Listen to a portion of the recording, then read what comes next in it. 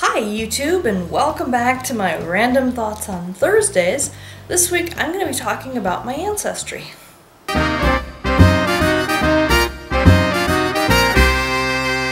So recently I did the AncestryDNA test. I've been putting it off. I've been waiting to do it for a few years now, and I've wanted to do it, and they had the thing on sale for like 80 bucks or something, so I was like, okay, finally it's at a price where I can feel comfortable doing it.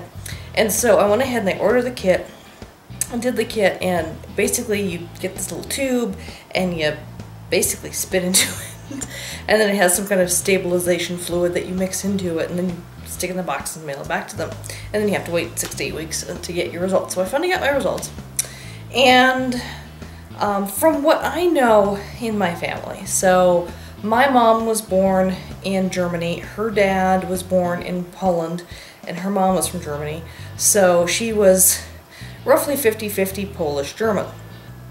My dad, from what I know, mostly from what I've been told by my stepmom and my sisters, are like their grandma, so my paternal grandmother was born in Poland, so she's also Polish.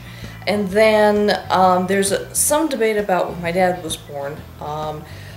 Family history and everything else suggests that he was probably born somewhere in Russia, but his family name, Gogol, suggests potentially a connection with the Ukraine in some way.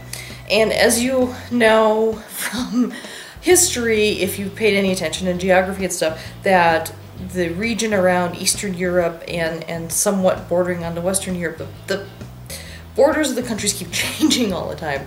I know for a fact that there's a number of towns in Poland right now that before World War II were part of Germany. And I think some of the people there still speak German even though they're now part of Poland, and it's just, you know, all sorts of mixed up over there. So there's a lot of blurred lines and everything. And so the kit came back with the results, and it's showing me 97% Eastern European. So based on my family history, I thought I was about 75% Eastern European, but this is showing I'm 97%. This tells me a couple of things. One thing that I always suspected was that genetically my father's DNA was dominant on me, just based on my personality and just a whole bunch of things about me. As far as I know from what I've been told by his wife, his widow, my stepmom, and her sister, and her eldest daughter, would be my stepsister actually, and things, that I have a lot of his mannerisms, a lot of his speech patterns apparently, things that he was interested in terms of like sci-fi and computers and that kind of stuff. And so between that and the fact that I am like nothing like my mom in just so many different ways, I think the only thing that is similar to me and my mom are my health issues. I have a lot of her health issues, thanks Mom, but I don't have a lot of her looks. I don't have any of her mannerisms as far as I know, etc. So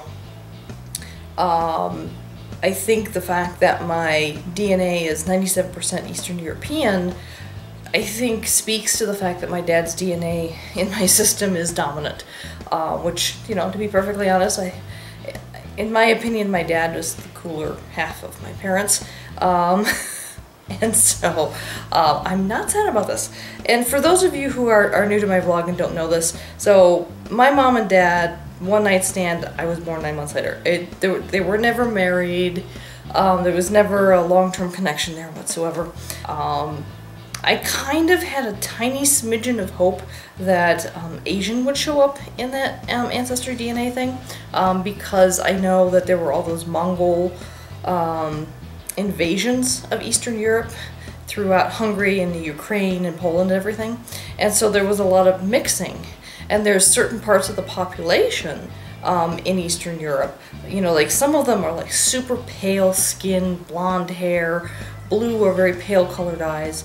That's what my mom's dad, so my maternal grandfather, was of that type of Polish person. He was very pale, blonde hair, went white when he got older. My mom was blonde with that very, very pale skin and hazel eyes. And my dad, however, from the photos I've seen of him, and I'll put a little photo up here, black hair, black eyes, slightly darker complected. So it always made me think that possibly there could be some of that Mongolian intermixing in there somewhere, but the AncestryDNA didn't pick that up. Doesn't necessarily mean it's not there, but let's just say it's probably, if it is there, it's there as such a minuscule amount that it's just not detectable. Because, I mean, well, this was, what, 1,000 years ago, whatever, or more. I don't remember the exact, my memory of exactly when the Mongolian invasions were. It's not, you know, I can look it up on Google, I know, but I know it happened a long time ago. And, you know, obviously all that gets thinned out in your DNA over time. So, but I was kind of hoping it would show up because it would have been kind of cool to claim a tiny bit of Asian ancestry in my DNA, but you know, be that as it may, you know, I always knew I was very Eastern European heavy on my DNA, but the interesting thing is I was raised by my German grandmother, and so I tend to identify more with the German culture, and I don't have a lot of connection with the Eastern European culture, other than the fact that my grandfather used to make pierogies sometimes. And I think he would make the Mrs. T's pierogies, to be perfectly honest with you, the frozen ones, where I think, if I remember the way he used to make them, is because I remember they were frozen, and I don't know if it's Mrs. T's, but that's the brand that I see at the grocery store now, but he would boil them first to make sure they got cooked all the way through, and then he would fry them in butter to get them nice and crispy. And oh man, those were so good. My favorite to this day are still the potato and onion. And then there used to be a sweet cheese one as well that he would make that I like, but I haven't found that one in a long time. But other than that, I know my sisters are much more connected to the Eastern European culture, especially the Polish culture. Their mom is 100% Polish, and so they're like even more Polish than I am.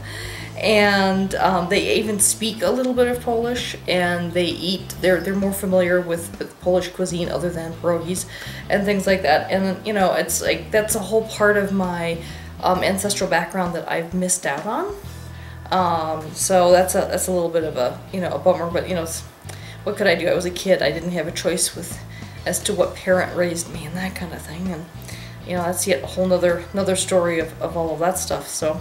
But anyway, I just thought that was interesting, and you know, some people have criticized AncestryDNA for being inaccurate, but based off of my knowledge of my family history and looking at that data, it's like, yeah, that actually jives with what I know, and I honestly wouldn't say it's inaccurate. You know, they keep it kind of vague. They do. They don't like pinpoint, like, you know, you had ancestors from Warsaw, Poland, or anything like that. They never get that accurate. So I'll put a quick map up here real quick so you can kind of see the region that they think that most of my DNA comes from, and I don't know, I thought it was interesting information, and I just wanted to talk about it a little bit.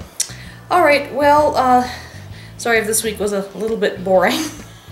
I don't always have something controversial to rant about. What can I say? But stay tuned for next week. We'll see if I have anything to rant about. If you want me to rant about something, or it's a topic you'd like to hear my opinion about, leave a comment below. And if you like my vlogs, give them a thumbs up. Share them, please. Please share them. And if you haven't subscribed yet, please subscribe. And I guess until next week, take care. Bye-bye.